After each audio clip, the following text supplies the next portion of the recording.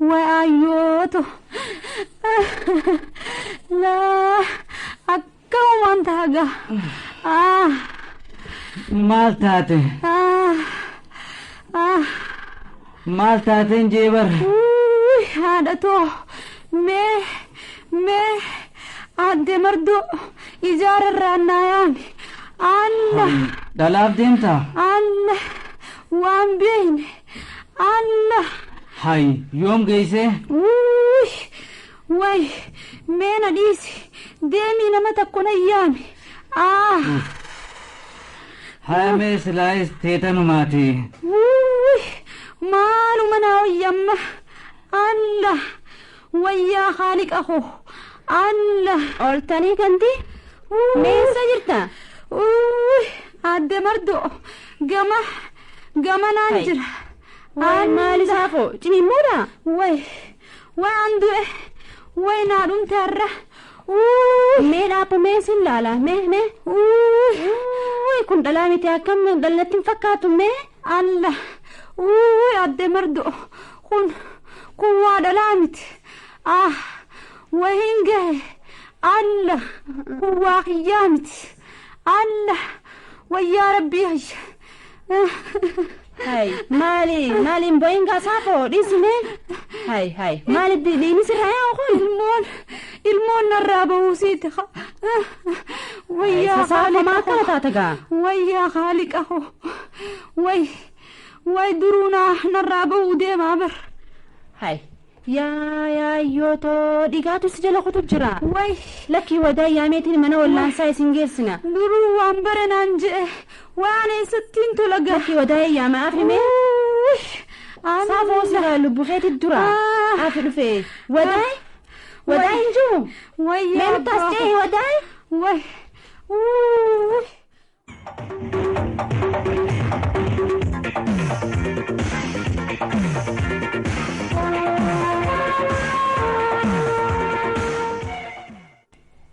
Saafi amma akkam?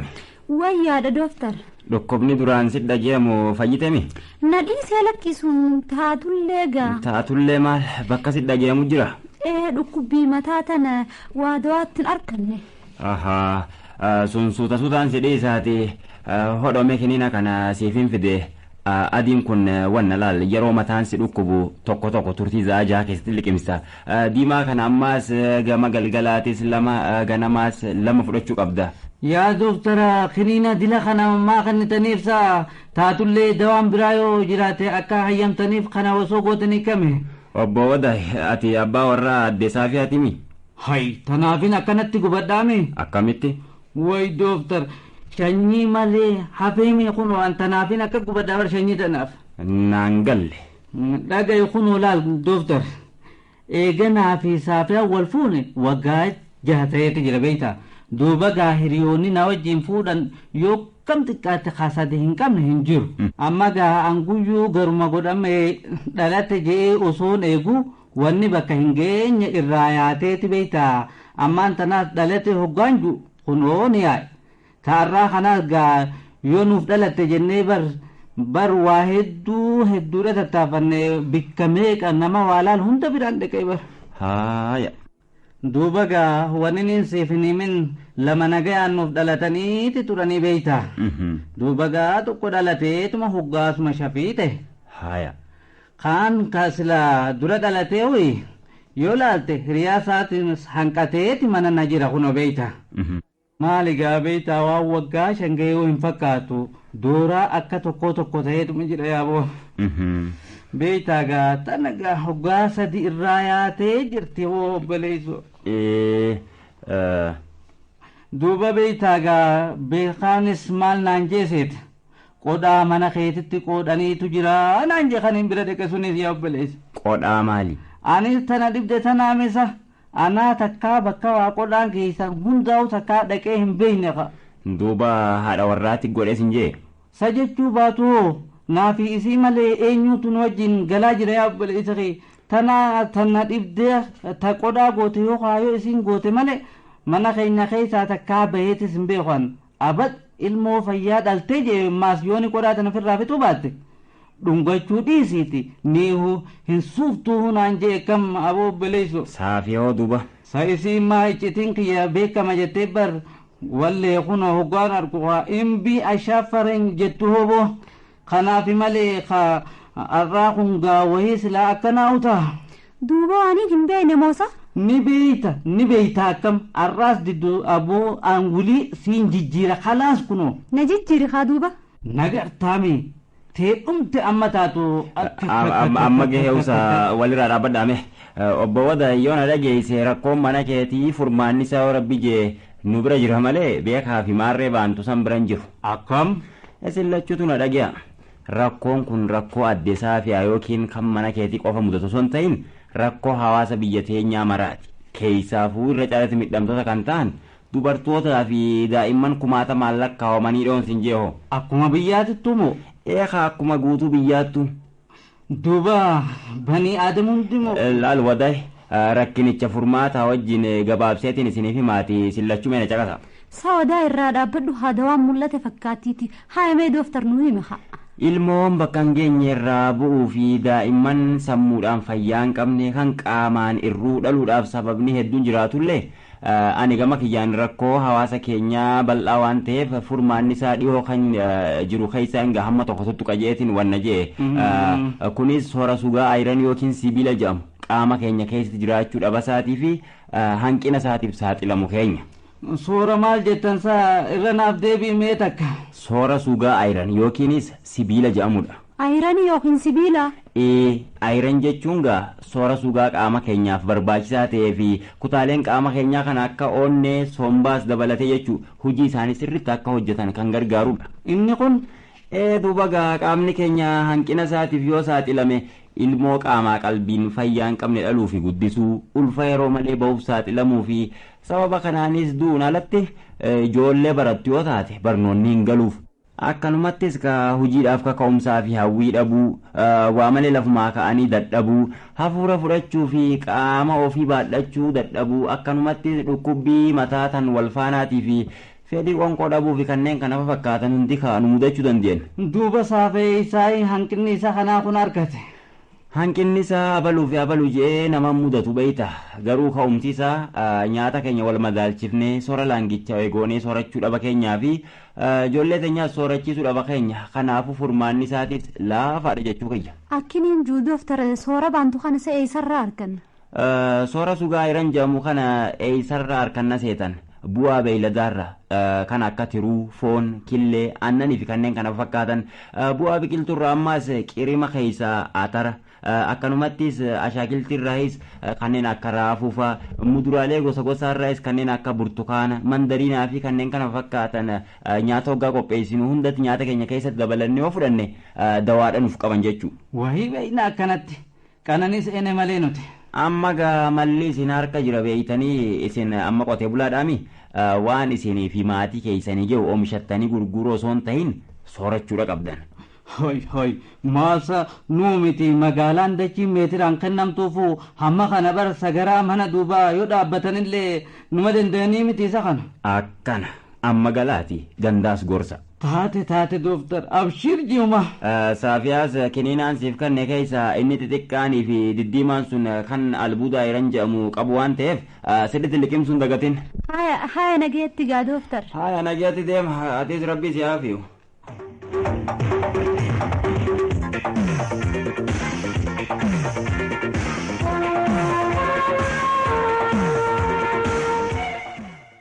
Itti aansuudhaan ammaas diraamaa qooda lammeessaatii isiniif dhiheessina.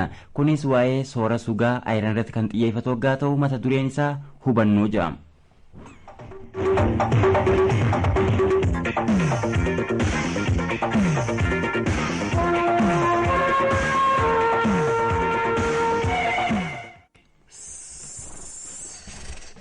Disa dubraa katibaates. Intal mucaa mana barnoota ari'aniiti deemteen galchitu. Yaa atis geessinoo geessu baannoo maal taatan maal godhatteeti? Akkamitti amma ilmaan namaa hundi hiriyoonni isaa mana barnoota oolanii hoggunni mana siif oolu kana siif gammachuudha. Haaya gaa haadha yoo kajatte taates geessitus abbaan tolaatii geessi kaatuba? Yoo ati geessite hoo? Yaa awwaan dhaqu. Heetuunis takka haya mee isa jira amma? Caama gamasiisan ciisu jira ni yaamaa huyaafi.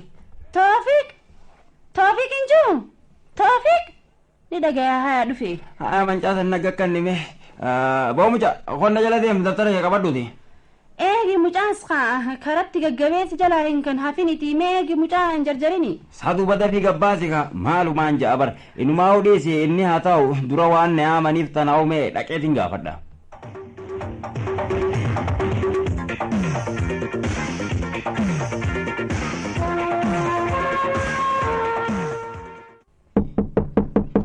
Eenyu seenaa? Akkam ol dabarsiiftu? Nagee ooltanii seenaa ol. Haaya. Kunoo kursii tanarra taa'a. Haaya. Eessaa baatan maaliin isin gargaara? Lakki mucaa kiyya tokkootu as barachaa ture. Duuba gaa abbootii tante osoo hin fidin hin dhufin naan jannaaniin isin dubbisa jee dhufe. Kutaa meeqa barata? Baranuma seenelleedha. Umriin isaatis ganaadha beeytaa baranuma waggaa 9 seene. Maqaan isaa eenyu jedhama? Toofiq ibsaa jedhaniin. Ahaa beekee mucaa gabaabaa xiqqaasanii miti? Gabaabinaan gabaabaadha. Inumaa nama laaluuf kasagal guuteen fakkaatu. Beekee inni barataa keenya ati hoo maal taataaf? Abbaadha.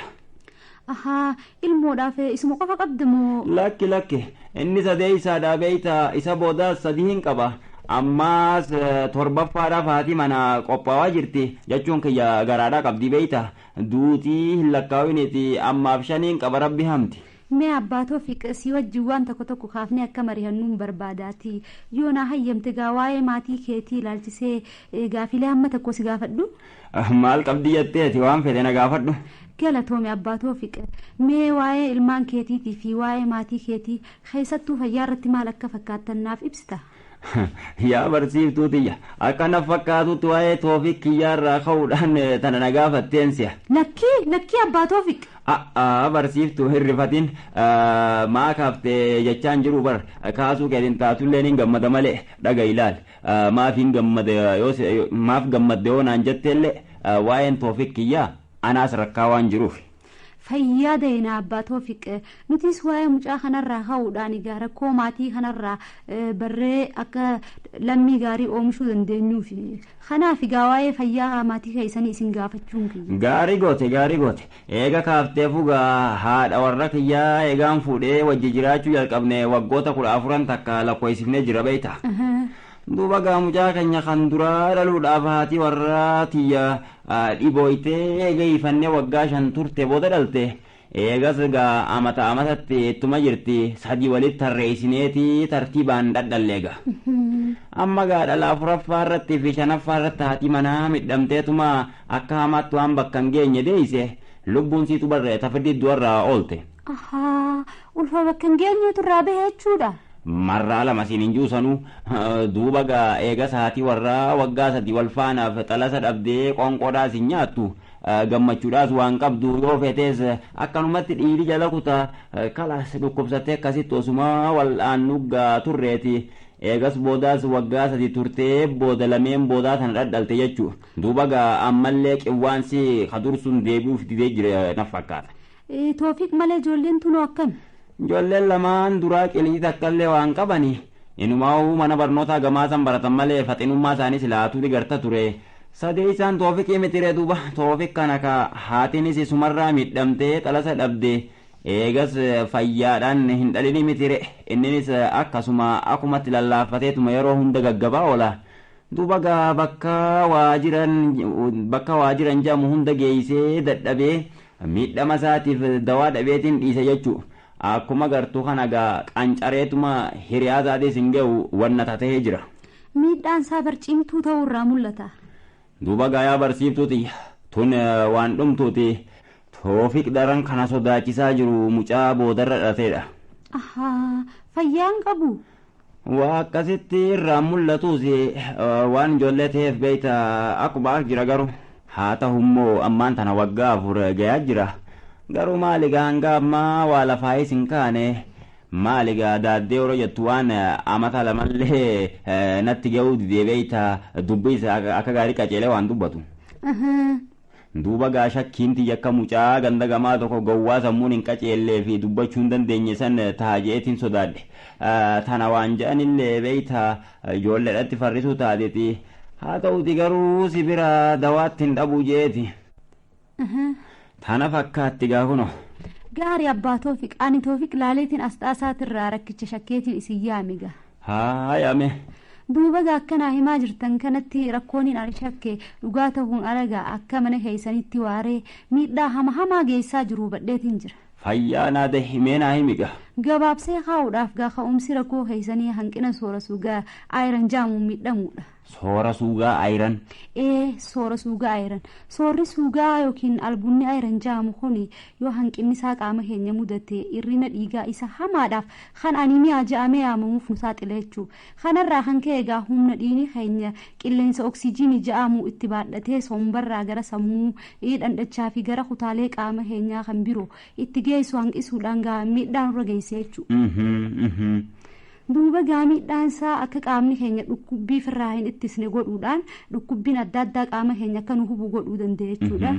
Guddina qaama keenyaa dhorkuudhaan nu qancarsa. Humna hojjechuu fi barachuu keenyaan dhoowwa. Hafuura harkisuu fi of dadhabuudhaan miidhaa hamaa nurra geessa. Dhukkubbii mataa addaan hin cinnee fi fedhii dhabuu qoonqootiif nu saaxila jechuudha. Miidhaan isaa inni hamaan garuu kan dubartoota ulfaa godhuudha. Dubartoonni ulfaa hanqina isaatiif yoo saaxilaman ulfii akka irraa bahuu godhuu danda'a jechuudha. Kunis du'aaf isaan saaxila jechuudha. Yoo osoo hanqina isaa qabduu deessellee ilmoon isiin dhaltu goowwaa yookiin immoo doofaa ta'uu danda'a jechuudha. Walumaa galattuu ilmoo qaamaa fi qalbiin isiidhaa fayyaa hin qabne dahuu dandeessi jechuudha. Atilleen gaa barsiiftu fayyaa da'iiti ammoo akkas hin jenneeti soora suugaa ayiran kana eeysaayii arkanna. Soora suugaa ayiran kun bakkirraa argamu gaa qabeeyyii ayiran qabanirraa argama jechuudha. Bu'aalee loonirraa kan argannu jiru foon, killee, aanan soorachuudha qabna jechuudha. Bu'aalee biqiltuurraa immoo qirima akka shumburaa, baaqulaa, atara kan fakkaatan soorachuudha qabna jechuudha. Muduraarraa immoo burtukaana, muuza, mandariina, paappaayyee soorachuudhaan fayyaa keenya eeguu qabna jechuudha gaa. Duuba gaa ganamaa galgala waan amma jettee kana eeysaayii hella. Yaa abbaa Toofiq yoo fayyaa teenya yaanne bakka irraa fi nuni dhabneetteeti keessattuu bu'aalee biqiltuurraa waanuma harka keenyaan facaasuu fi dhaabuu dandeenyuun isa. Bu'aalee loonis taatu gaa iddoo ilma keenyaa kanninu sumuun shiringitti gurgurachaa jirru. Sanillee dhuga jettee kam dhugaadha. Ammaas taanaan humna keenyaa ol waan guddisuu hin dandeenye dhallee isinis miinee haadhaas miidhuun gaarii natti hin fakkaatu.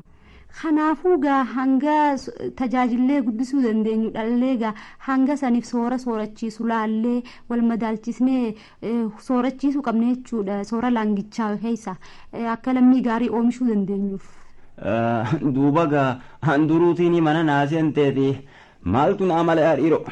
Tokkoffaa hanga fayyaa hin qabne haakima geessuudhaan wallaansiisuu qabde jechuudha. Lammaffaa ammas wuliidhaaf itti yaaduudha qabde jechuudha. Meeqa rabbummaan naa gargaaru.